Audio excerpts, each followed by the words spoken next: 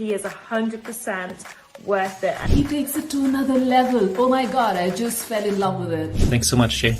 Blew my mind. And it worked. I wanted to buy my thing. Jay is, I would say, the Yoda of sales calls, man. Just talking to Jay, he was so good at just taking what it is, seeing the opportunity and the value and the real reason we are making it. Talk to Jay because he got it. He can definitely help you out. Talk to Jay. You're going to get a lot. You're going to gain a lot. I would absolutely recommend him for any position that you have. Jay's definitely the guy. Give him the chance, give him the opportunity. You won't regret it. He's good at what he does, so I highly recommend him, and I would book him before he is fully booked out.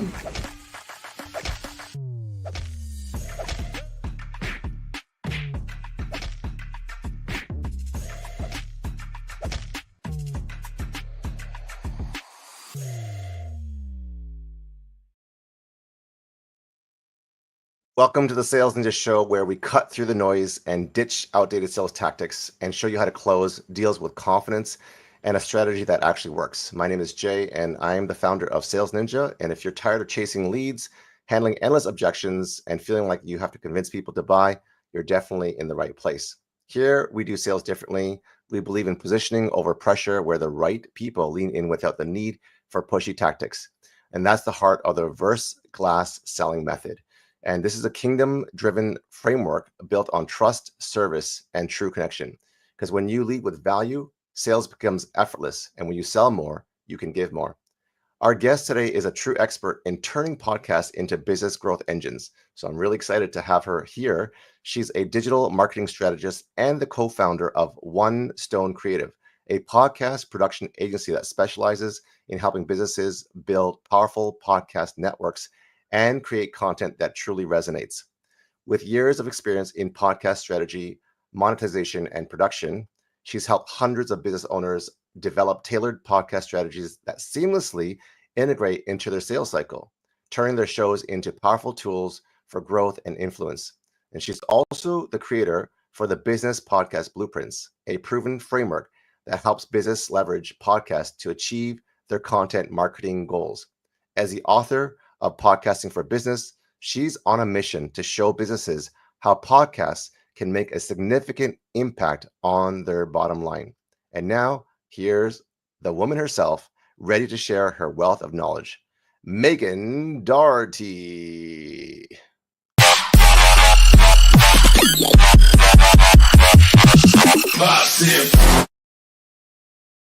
Hey, Megan, how you doing today? Hello, Jay. I'm fantastic. Thank you so much for having me. Thanks for being here. And before I butcher your name, I actually forgot to ask you off stage what your last name and how to pronounce it was. It's Dougherty, so Megan Dougherty. Dougherty. Okay, there you go. Thanks. I hate on sales calls when people butcher my name, and even though their pitch is really great and I need their stuff, something about them, like people actually have called me Jay Lee, like my first and my last name, and they just call me Jay Lee. So I said, "Hey, Megan Dougherty." Say it one more time, the last name. It's Megan Dougherty. Okay. But so, I live in Quebec, as we were talking about, and I've gotten used to answering to Megan Dougherty. Oh my God. It's no skin off my nose. I don't mind. But then when I call their first and last name, they're like, "Why are you calling my first and last name?" I don't know. And they're like, "Okay, it's Jay Lee. Let's continue." I'm like, "Okay." Yes, if we must. Yes. So nice to meet a fellow Canadian. I don't have many Canadians on my podcast. They're mostly in the US and all over the world. So that's always a treat. And it's a scorcher here. I know it is there. You got your fan on. Tell us about the tell us about the last 3 days of the weather in Quebec, and then we'll deep dive into podcasting. Oh my gosh. Well, it's and you'll know this in Toronto. It's the kind of heat that just makes it hard to think. So, you don't go outside. I over the weekend, knowing this was coming, prepared meals for a couple of days so we wouldn't have to cook or use the oven because it's that hot. And we're just not acclimated to that level of like Texan heat. So I'm glad it's looking to be breaking in the next couple of days. I was talking to my American friends and team members, and when it gets hot, there's like 90, 95, maybe 100. But when I did the conversion, because we're in degrees Celsius and we had like 46 the other day, I looked at the conversion. It was like 115 degrees Fahrenheit. I'm like, too hot. It's just too hot. I don't remember it being that hot ever. No. And that's a perfect segue about hot and heat and podcast and monetization. But before we deep dive into that, we want to talk about and discover your personal journey and transformation from law to business. You've had a varied journey from studying law to diving into digital marketing and podcast strategy. How did you shift from, because I don't know, for me in a performance-driven Asian culture, going from law, it'd be like, why is there life outside of that? Because you've made it. Oh, I think we might have had a little miscommunication. I don't have a background in law. I've worked with a lot of lawyers and legal podcasts. Okay. It's one of our specialties. My background is in digital marketing, and before that, pastry. Oh my goodness. Okay. Okay. I apologize. We got right. it crossed wire somewhere. I'm wondering if maybe I sent you like one of my clients' bios instead of mine. Oh Okay. goodness, that Or would have maybe been that's embarrassing. on my team member. I'll have to check the research, but that is a big miss there too. So you were into baking and pastries as well? Yeah, so I started when I was young. I always loved like making cookies and doing all this stuff. And so when I started working in food service cafes, and I, as many teenage girls do, I was working front of house, doing the serving, doing the drinks, but I kept getting back to the kitchen, like, hey baker, do you need some help? Hey cook, do you need some help? And so I transitioned to back of house in the restaurant world, and really got into. I ended up being a pie maker for a couple of years, which was so much you were fun. serious about this? Yeah, and I never did any like professional training in it. Just kind of like train on site in different restaurants or cafes or bakeries. But then after a few years of that, I was like, oh, this whole like getting up early and working with your body thing, maybe I should look into a desk job. And so I went to Craigslist, as you do, in 2010 to find a new job, and I got hired as a marketer's assistant for a marketing education startup, and that's how my career in digital marketing began. Yeah. Oh yeah, that's how we did it in 2010. Yeah. Because there's things where people buy things off of, I don't know how prominent Craigslist is now, but like Kijiji and now Facebook Marketplace, things are taken over in different ways. But you hear stories in the news here, at least in Toronto, where people, buy fridges or trucks, and then next thing you know, they're like chopped up into suitcases, right? Like it's like you got to be careful, right? And I'm not saying that's going to be all the cases, but without pun intended, but like it's just. You got to really be careful sometimes. I look at the seller details. I look at their ratings. I look at their profile. I mean, do they look like an axe murderer? So back in that 2010, it was a different time, though. There was a lot more trust. That was the mainstream. Exactly. It was just how it was done. Like that's where everyone posted like their job ads, and personals. So it was just a whole different era of the internet. I wouldn't recommend it today. Yeah. So co-founding One Stone Creative. So that. What led you to co-found that in, I think, was it 2017-ish? Mm-hmm. Yeah, I had left the marketing company that I'd been working at, and a former colleague from that same company.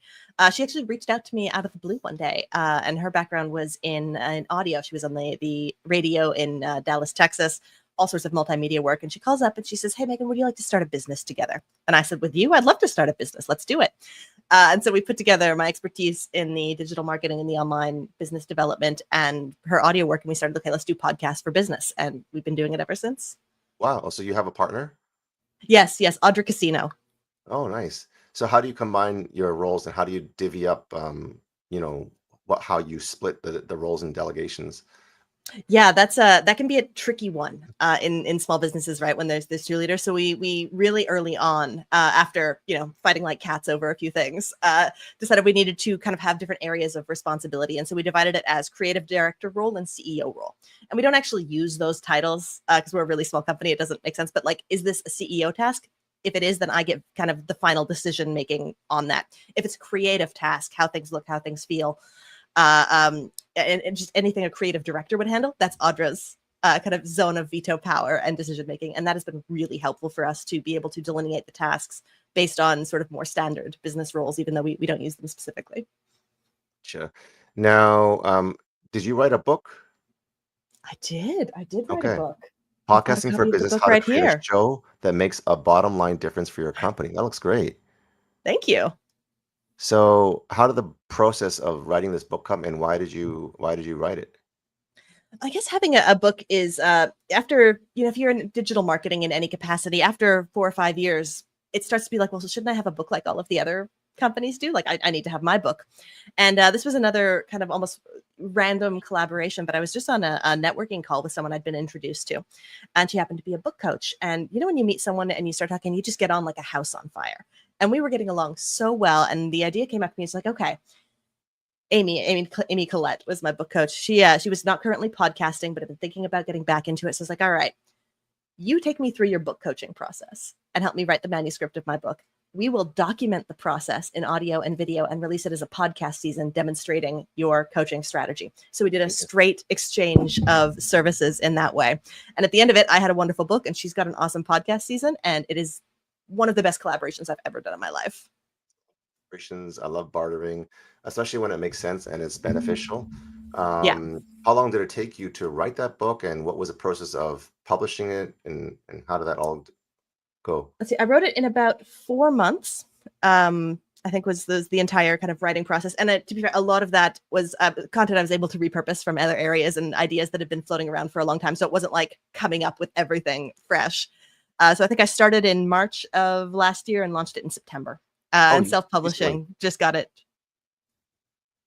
And how does publishing work? You go through a publisher, or? No, I self-published it. I looked at kind of the options for bringing in assistance for publishing, and I was just like, I figure like I could figure out most of this stuff in an afternoon with Google. Really? And so I figured out how to do the formatting, and it was a bit of a slog. I'd hire someone else to do it next time, but I'm glad to have learned the process. Amazing. So that's a segue for podcast strategy and production. So for leveraging podcasts for content marketing, you created the business podcast blueprints to help businesses leverage podcasts effectively. What are some of the top, whether it's 3 things that businesses should know about podcasting in the context of content marketing? Oh gosh. Well, that's a pretty big question. So, when you podcast, you get content. That's kind of the natural side effect of the activity. And so the most important things to know about the content that you're creating with your podcast is, what do you need it to do for your business? So there's different kinds of podcasting, right? There's podcasting because it's a passion project, because you love it, you love the message, you love the art form, you love the craft. We call these, hobby or passion podcasters. Then there's podcasting as a business in and of itself, where you start a podcast and you're hoping to monetize the podcast itself and grow a business around it. The kind of podcasting that I focus on is, you've got an existing business and you develop a podcast to grow that business or support that business in some way. And so you design the content of the podcast to fit whatever business goals are the most important or are going to move the needle the most for you. And so what a business owner needs to know, first and foremost, is what does the business need in the next 6, 12, 18 months? And then they need to make the determination, can a podcast help me do this? If the answer is yes, amazing. Podcast, create content that way. If it's not, podcasting might not be the right fit for right now. If you need other things more, or if you have so little time that you can't devote to creating good quality content, maybe it's not the right time to podcast. Okay, that's amazing. And I love, because I'm an existing business, and a podcast is support business. And then I think you ask really good questions as to, what do you want it to achieve? What's missing in your business? Is the podcast going to help support it? And design the podcast to support the business goals. So for example, if it's like monetization and exposure, brand, social, authoritative expertise, and then even leads or joint ventures, do you teach how to do all those things? Yeah, in Podcasting for Business, the book, I break down how to optimize a podcast for 15 different business outcomes. Oh, wow. Yeah, it's really fun. So it's everything from one of my favorite ways to kind of get value out of a podcast is to shorten a sales cycle. So instead of, having a sales process that lasts 6, 8 weeks, you can bring that down to 3, 4 weeks. And that can make such a difference for cash flow. Oh, yeah. And that's one of the highest ROIs ways to use a podcast, in my opinion. And then you can use it to build your referral relationships, is another way to optimize a podcast. It could be to create the content to fill your social media calendar. You can use it to build company culture if you've got a bigger team. You can use it for all sorts of networking ways. And of course, as you mentioned, there is the kind of the fame and the authority, the becoming a really big podcaster. I usually don't recommend that for most business owners. The something that comes up a lot, and maybe you've heard this before. You've talked to people who are just like, if I'm going to be investing in a podcast, I want it to at least pay for itself, and they're hoping that's going to happen in terms of sponsorships or direct sales. Those are the hardest ways to make money from a podcast. There are way easier ways to make it valuable and have a return on your investment, but they're not they don't fit the model of traditional podcasting like you see the bigger shows doing. It's a different style of podcasting, and it's a different way of looking at how this tool works in your business. So that's a lot of my conversations start off with, okay, it would be cool to be a 1%, top 1% podcaster, but what's that actually going to meaningfully mean for your business? And unless you have a good system built around that, it'll mean exactly nothing. You said earlier, like in your book, you have 15 ways to monetize. That's incredible. Well, 15 ways to optimize for different business outcomes. Okay, So I don't love the word monetize in relationship to podcasting, because as a business owner, my business is the monetization. Yes. The podcast job is to help my business. The podcast in and of itself typically should not be monetized, in my opinion, for a business owner. So that's, I do take a little exception to monetization of business podcasts, because it's not the podcast that should be monetized. The podcast helps you monetize your business. So it complements the business. Yeah. Complements, supports, extends, enhances, all sorts of words around that. Gotcha. But it's a tool, it's a tool that your business is using. So let's talk about that. Podcast monetization strategies. You talk about 15 different ways to optimize for business outcomes, to help the business, to complement, support, amplify. What is some of your approaches to help monetizing for those who are listening to the show, who are listening to the podcast? How can people support their business and monetize?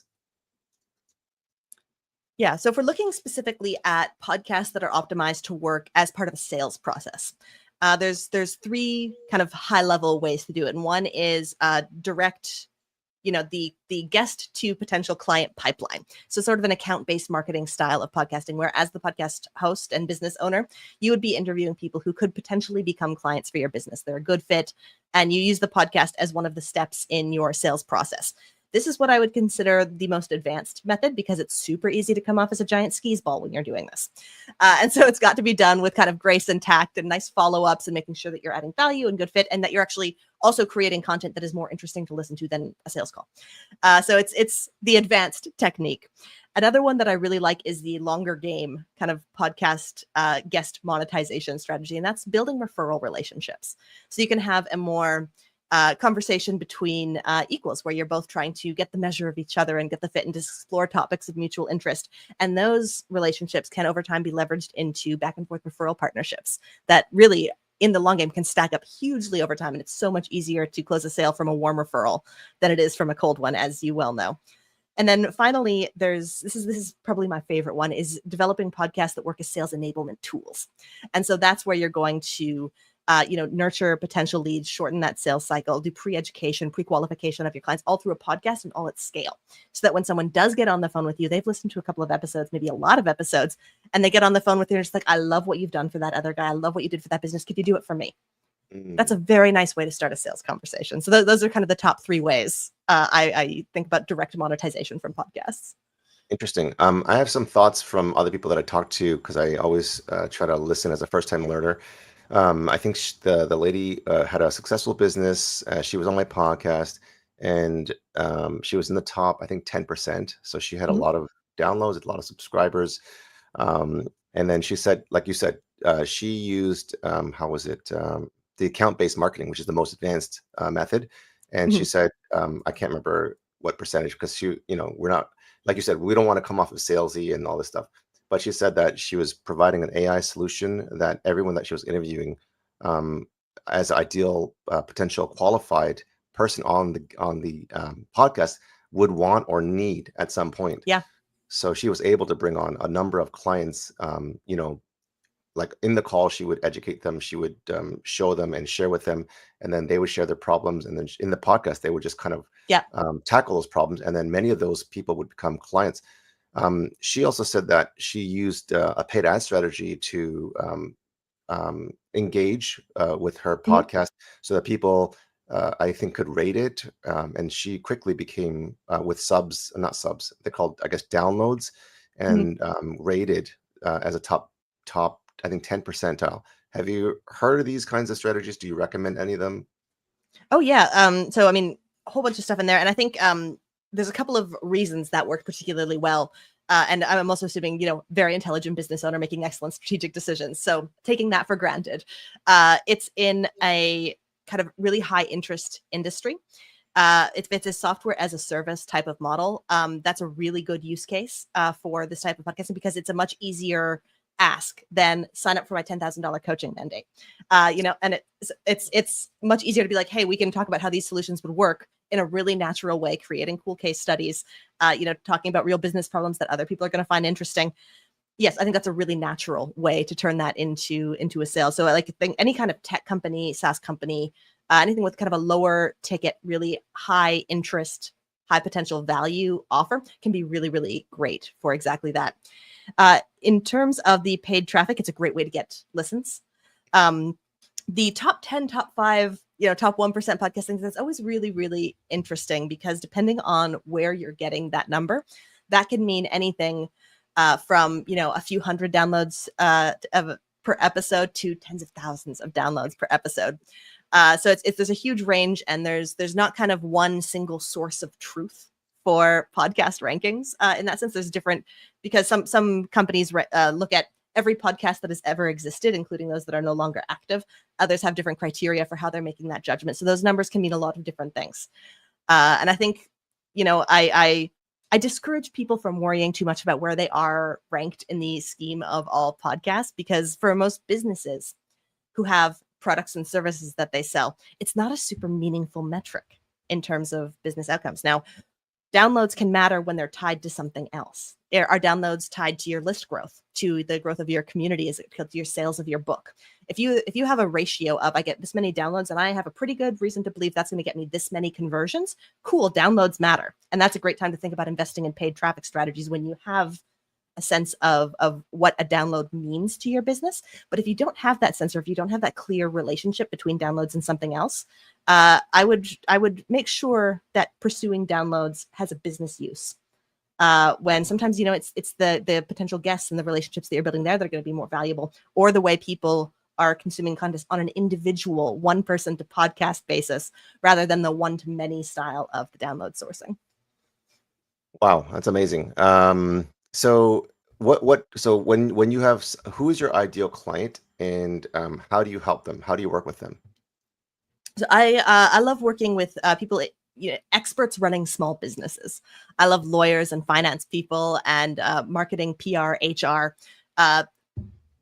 Kind of a personal passion of mine is working with people in industries where there's a lot of bias against them.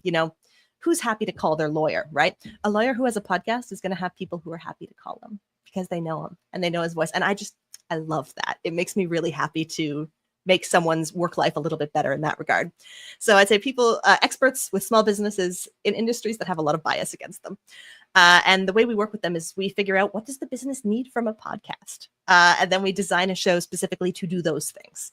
And we can do ongoing shows, video shows. My personal favorite type of podcasting, especially for a new podcaster, we call a sprint. And that's a quick 3-month process to do a 12-episode podcast season.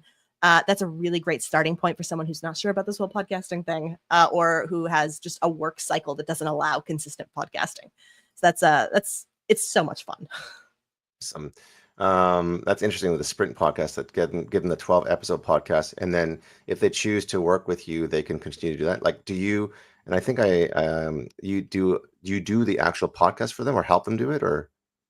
Yeah, we help them do it. And it's just to say, the sprint, it's kind of a gateway drug to ongoing podcasting. Most people who do a sprint, they either want to do another one or do another kind of podcasting. So it's a great way to test the waters with a low commitment, which is really fun. And for, I'm sorry, could you repeat the second part of your question? I got excited about the sprint again. Oh, like I was wondering how you actually help them afterwards. Oh, yes. Yes, thank you. So we in a sprint, we'll actually script out the episodes. So we'll figure out about their business and actually do the scripting for them. And then they record live with Audra, my business partner, or another one of our producers. For ongoing podcasts that are different types, so interviews, our clients will record their episodes alone. They meet with me to talk about strategy. We record the stats and the metrics, everything that's working. And we do all of the post-production and create all of the assets that they need to share. So the reels, the social content, the newsletters, we do all of that. Yeah. Wow. So it's like a done with you, done for you service? Exactly. That's impressive. Let's talk about software stack. I know we were talking offline, but yes. So a lot of people, when I talk to them, they feel like that there's such a big hurdle of like, I don't know where to start. I don't have the proper equipment. I don't have the budget to buy this expensive microphone and software. They don't need to have all those things, but what would you recommend for people maybe who are starting out and people who are existing business owners that have some money that want to take their podcast to another level in terms of software and hardware stack? Absolutely. So let's start with mics, because that's the thing with mics is you can spend as much money as you want to on a microphone. I have really, I'm a big fan of the Shure MV7. So it's a, and I hope I got the model name right. Please check me if I'm wrong, but it's a desktop mic. It plugs into USB, and it's really good quality for the price. I think it runs about $150 US. That's a perfectly good starter mic for most people, and anything that kind of in that $100 to $200 range is going to be great when you're getting going. You may want a fancier, higher end one if you're doing studio recordings, or if you've been podcasting for a while, you really want to level up, or you're a gearhead. That's a legitimate reason too. Is the N1 Rhodes? Rode can be great. Yeah. If you talk to if you've got a producer, if you've got like an audio friend, they can advise you on which mic will be best for your voice. Audra shocks me sometimes with what she knows about, like, oh, Rode is great for male voices in this register, and Shure is great. Is that right? Oh, interesting. That's a lot. Most beginning podcasters don't need to go that deeply. The most important thing is how you use your mic. Even kind of a lower end mic can sound really good if you're using it correctly. And the best way to figure that out is go to YouTube, type in your mic name and model, and you're going to find a delightful nerd who is going to go through all of the settings and show you how to place it and how to get the best sound out of it. And you also want to make sure that your recording environment is as good as possible. And that usually means fluff. The last thing you want for recording is to be in a kind of glass or empty walled box where there's going to be lots of echo, because there's very little that can happen with echo in post-production. It's just there. So you can see behind me, I've got those black diamonds. They're actually a little too far away to be really useful, but they're a great demonstration, so I keep them there. That's a sound buffer panel. And it prevents the sound waves from bouncing back to the mic. And as time goes on, as the technology advances, mics are getting better and better at doing all of that kind of in-house. But I'd say, just make sure that you're using your mic correctly. I've got mine, it's a little off screen, but it's pretty close to my face. And I'm talking right past like it. A stand? I've got, boom arm is wonderful. I love being able to push it out of the way when I'm not using it. And do you go through like a studio, what do you call this, USB interface, or you just go straight into the computer? I go straight into the computer. And I think for if you want to be a professional podcaster, you want the extra bells and whistles. For most company podcasters, something that plugs into your computer is going to be fine. And I find for a lot of people, if it's going to be hard, it's not going to happen. And it's much better to have slightly lower quality, and it's slight, than to not have your podcast. 100% agree with that. Yeah. And when it comes to actual recording, I do very much recommend using a dual-ended recording platform if you've got guests. And so that means a platform like Riverside, like Squadcast, I believe like StreamYard, which we're on right now, like Iris.fm. And what it's going to do is it's going to capture your audio on your computer and your guest audio on their computer, and it combines them afterwards. That way, everyone's going to sound better. Using Zoom, using Google Meet, that's voice over IP, and it sucks. Again, usually better than no podcast, but not ideal, because what you lose in your voice, you can't put back. So if it's not capturing all the whole sound waves that your body is creating, there's not much you can do in post to give that richness back.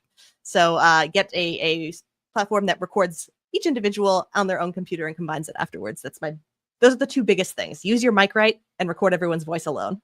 Some great tips. How about with video? If you're streaming and you're doing a live with video, whether it's camera and also even the software tech, because I was just actually playing with the video settings today. I'm at 720p, and then I was going to put it to the higher resolution at 1080p, and then it says warning. Some social media platforms only view at this, 720, so it doesn't make sense. What is your thoughts?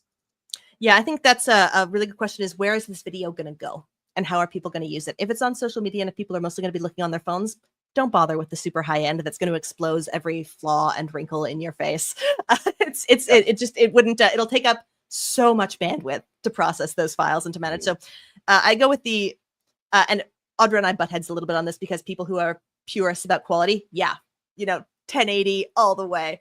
But if you say you have a YouTube channel, it's probably worth getting the higher quality video, because that's going to be possibly viewable on a full computer screen, even if a full television screen. So you want to have that extra visibility, but really think about kind of how do I expect people to use this? Are they going to be looking at it on their phone? Cool, I can do the smaller, kind of faster, easier quality. Is it going to be like mounted on somebody's big 38-inch wall TV? I better have, the quality that's going to look good there too. So it's all about audience, as it always is. And regarding because you do a lot of podcasting, webcam or built-in or DSLRs, what do you recommend? A good quality kind of USB plug-in webcam is going to be good enough for most purposes. Right now, I've got my laptop mic, which is a little bit embarrassing, but I'm in between webcams right now, so I've got just computer. I've got laptop mic, and it's okay.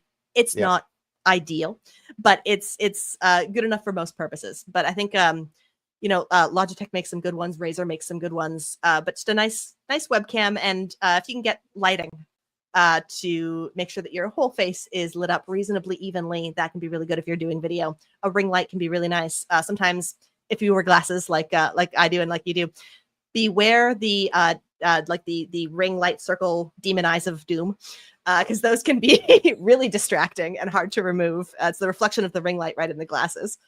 I've had to re-record many videos because of that issue. I have the same problem. I got a ring light that's very warm. That's not the problem, but it's my screen that's bright. So when I look at the monitor, it shows the reflection of the screen. How are you not getting a reflection on yours? Because I've got less direct lighting. I think the brighter light is causing it not to reflect. And I also, this is a tiny little tip. I have my glasses tilted slightly up. So so take my glasses like this. Yeah. So slightly pointed downwards. Down? Yeah. It's going to reduce the reflection a little bit. There you go. Okay. Now you've got less reflection. You still got some reflection. That's because the rest of your room is very dark. If you brightened up the rest of your recording space, I think you'd see less reflection. Interesting. Okay. I got to figure something out. I know some people use like these, not strobe lights, but they're standing lights, and it kind of helps. Yeah, the box light. Those are wonderful. That's really nice soft light, and they don't reflect. Okay. At least don't reflect as badly.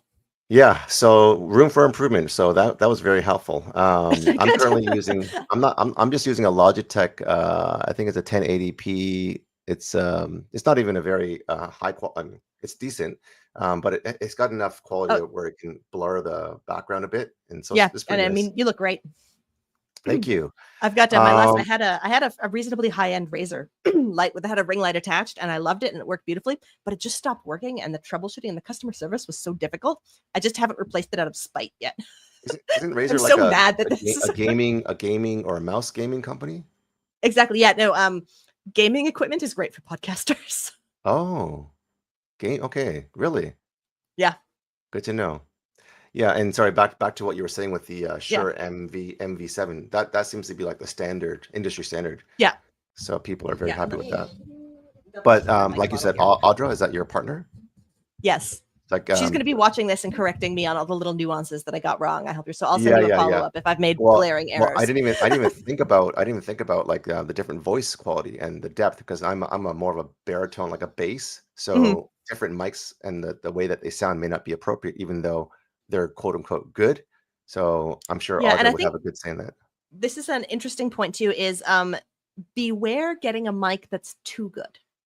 Really? Because some mics, and this is an issue that can happen with Yeti sometimes, which is a wonderful company, but they build mics that are really for studios, that are in completely sound treated rooms. So they pick up every little bit of room noise because they're so sensitive and high quality. And that can actually, for say a casual podcaster, that can cause editing difficulty on the back end, because you've got all of this, it's just designed for a studio environment, and it's beautiful quality. But when you put it in a less than ideal, fully optimized recording setup, like most of our offices are, it doesn't sound the way you expect it will. And the more fancy your mic is, the more settings you have to deal with, the more, so like get the simplest one that you can manage to get is typically my advice.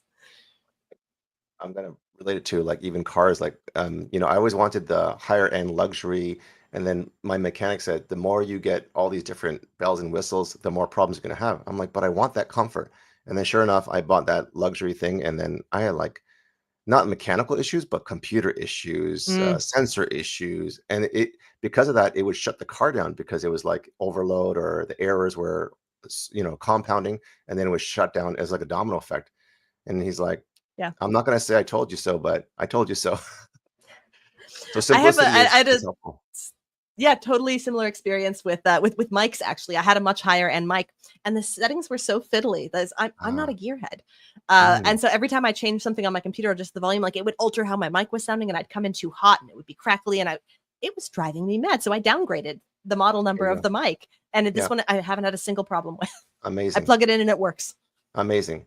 So talk about so for you when you're doing your podcast, are you doing the advanced methodology of account-based marketing? And if so, whatever strategy you're using, how do you reach out to people? How do you get people on your podcast? Yeah, so my current podcast is called the Business Podcast Spotlight, and it's not the account-based marketing. So I'm not using it. My terminology from the book is a sales qualified lead. So I'm not using it as a sales qualified lead generating show. I'm using it as a relationship building and particularly referral relationship building show. So it's the way I designed the podcast was to get other business owners who have podcasts to come on and talk about how they're using their podcast and, what's working well, what can we improve, what could change, how are you, what's the cool strategy that you've come to, really exploring that. And then I end it with kind of a takeaway. Here's how you can apply this at home section. And that serves a couple of functions. It's a great conversation with guests, wonderful beginning for a relationship that can go in a lot of different ways, depending on what, feels good for everybody. And the sections that I've got at the end, that's just straight thought leadership. It's our IAP, talking about how knowledgeable we are, good at teaching, good at figuring out strategies, good at helping people apply them. All of that works as case study content for my business. So it works throughout the sales process. It works, most of my social media content comes from there. It's a newer show for me and I'm having so much fun with it. Speaking of which, when you said content, you can slice and dice. What in terms of software stack, what do you use to help, curate your content and edit your videos and put captions on them? I hire excellent audio engineers who do it for me. Okay. So yeah, I've got a team of different people who do different things within the business, and they create our content. So some of the tools, currently everyone's editing on the Adobe Suite, and that's kind of as our process. If we need reels for for my show or a client show, they take they extract them during the audio and video editing process, and then another team member. Right now we're using Headliner. Because we've got it kind of all set up with our different templates for the different shows that we're doing to add the captions to the clips, sometimes to clip things depending on the process. And those are pretty much the big ones. We also have a writer who does a human writer who does the writing of the show notes and the captions. She also does the quality assurance listen. So that's we don't use a lot of AI tools at One Stone Creative. Amazing. And in terms of your podcast content strategy, as you're hiring these amazing engineers. What's your content strategy and which platforms? Because obviously for your ICP, your ideal client, you have a certain platform that you want to go on. So what is your thought process of how you kind of publish and get all of your content out? It has changed a lot over the years. And I made the decision at the beginning of this year, which has been one of the best ones I've made in a long time. I'm not going to do much social media anymore. Really? I just don't want to do it. I don't like it. Okay. It gives me no joy.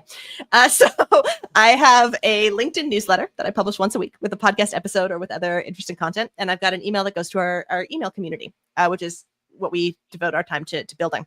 And those are the places that I publish our work. Interesting. And I don't do anything else anymore. And it's amazing. Really? So LinkedIn newsletter once a week and email once a week? Yeah, email once a week and extra if I've got list segmentation. I send different people different things at different times. But so it's email and LinkedIn. That's all I do. So does the email mirror the newsletter or does it take bits and pieces of it? Okay, nice. I love that. But how do you get your emails? Because if you don't have an audience, then they're not seeing it. Oh yeah. So we've got on our website various resources. And I do lots of networking. I meet lots of people, and sometimes it makes sense to do, say, an opt-in exchange where they'll email their list, I'll email mine, and we'll kind of exchange community where that's appropriate. When people come on the podcast, they're offered the chance if they would like to be added to our newsletter. Amazing. Sometimes we ask members of our newsletter to ask other people. Sometimes we do paid traffic. That's something I'm looking forward to experimenting more in kind of the next couple quarters of the year to build that email community. When we do like live events, we promote those and we get people onto the list that way. And I'm thinking, I haven't completely decided yet, but I think I might make my book free and let people use it as an opt-in rather than buy it for $10. I haven't fully decided yet, but I'm noodling it.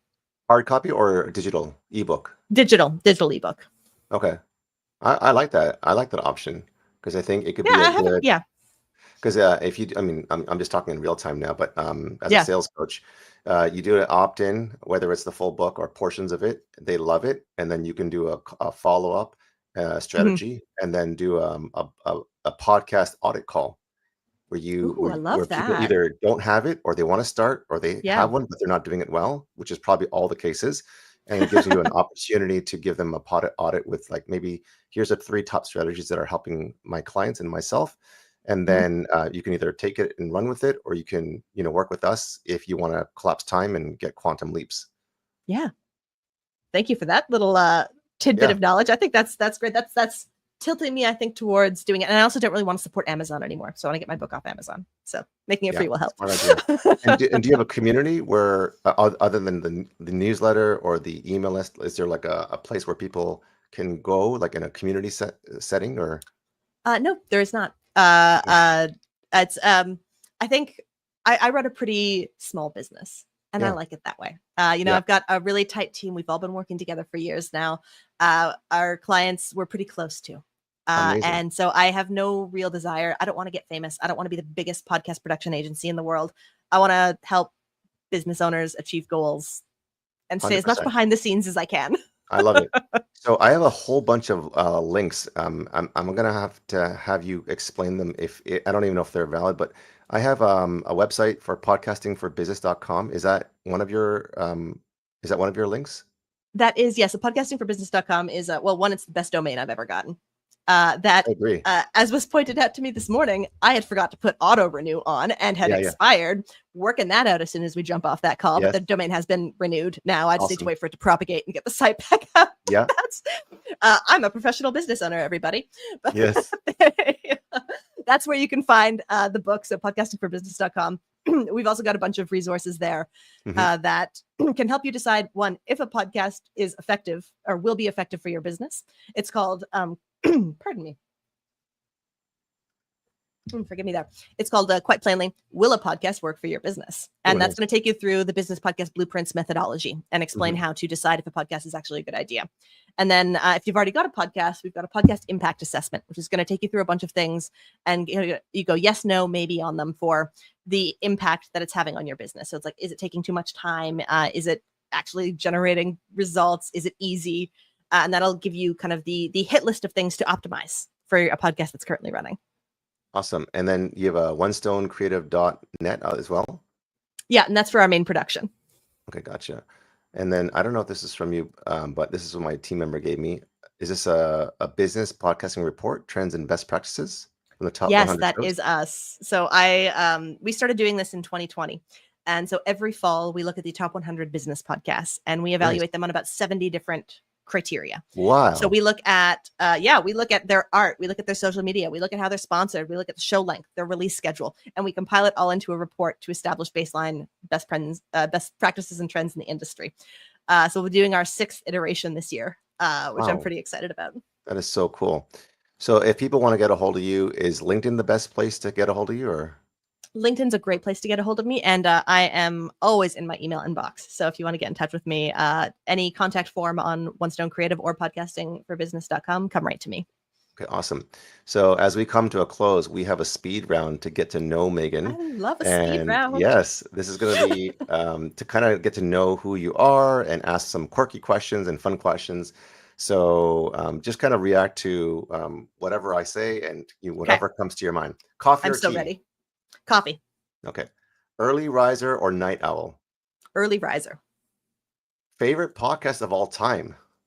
Sawbones, a marital tour of misguided medicine. Okay, what? What was that? It's called Sawbones, and it's just kind of like wacky medical history and malpractice. It's a husband and wife podcasting team. They're amazing. Medical history and malpractice? Well, it goes into like, so let's talk about, how people used to take mercury to cure diseases. Why was that wrong? And so they just go, it's just, they call it a marital tour of misguided medicine. Wow. It's the hosts are a comedian and a physician. Oh, cool. Brilliant. Okay.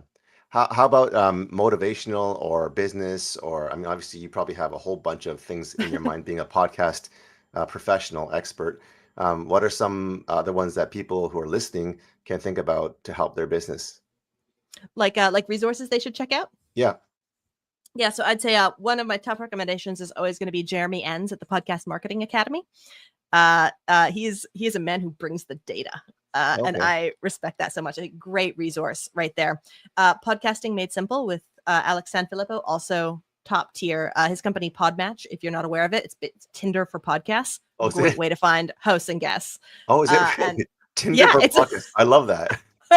I don't know if that's their official tagline, but that's kind of, you get 3 matches every day. You can match them, you can pass them. It's it's great.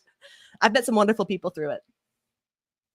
Okay, awesome. And if you could have dinner with any entrepreneur or marketer, who would it be and why?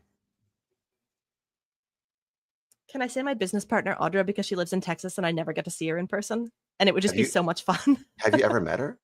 Twice. We've seen each other in person, I think twice. Okay. But we chat she's one of my nearest and dearest, but yeah, she's the other entrepreneur I think I'd want to have dinner with the most, because we so rarely get to spend time close to And how long have you guys been together in partnership, and why would you want to have dinner with her in person?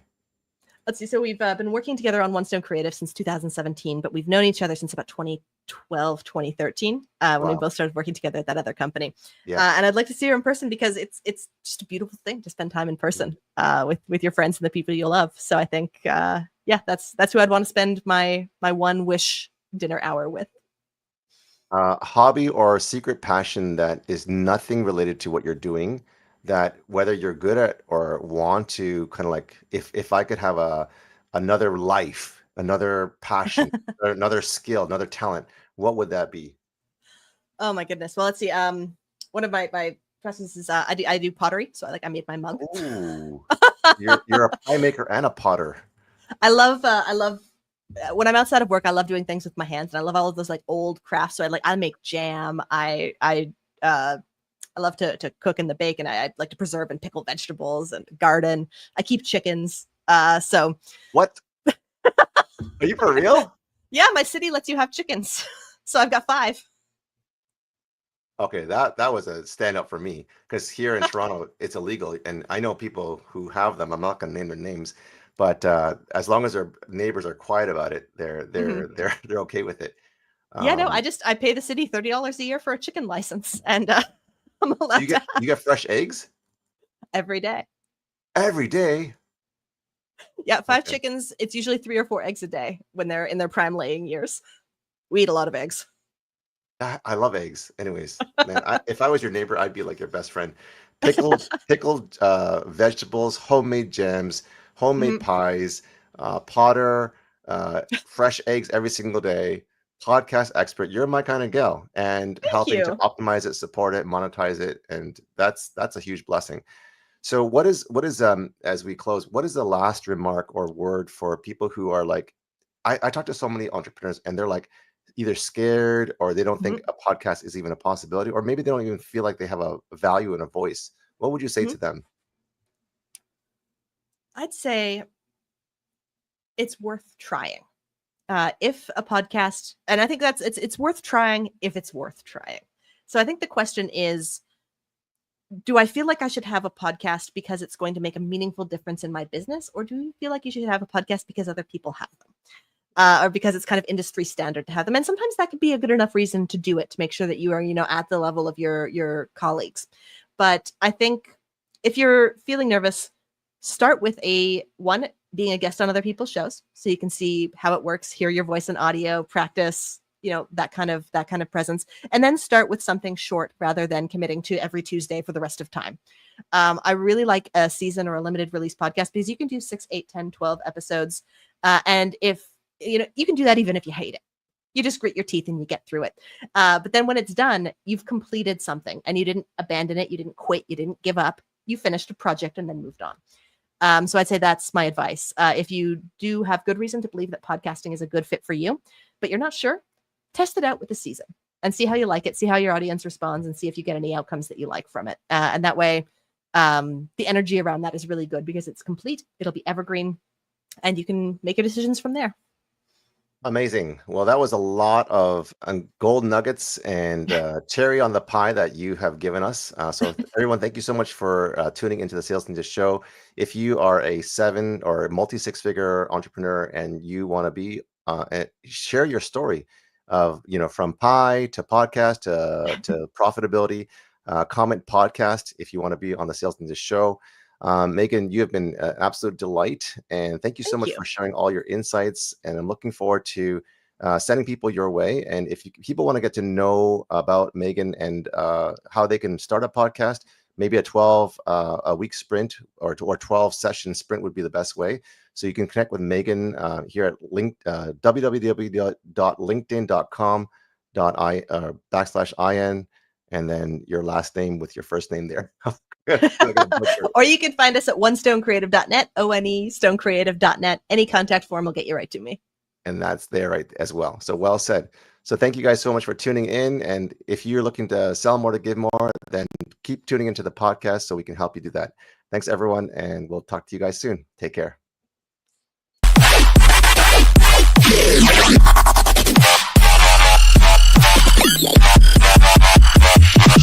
Massive.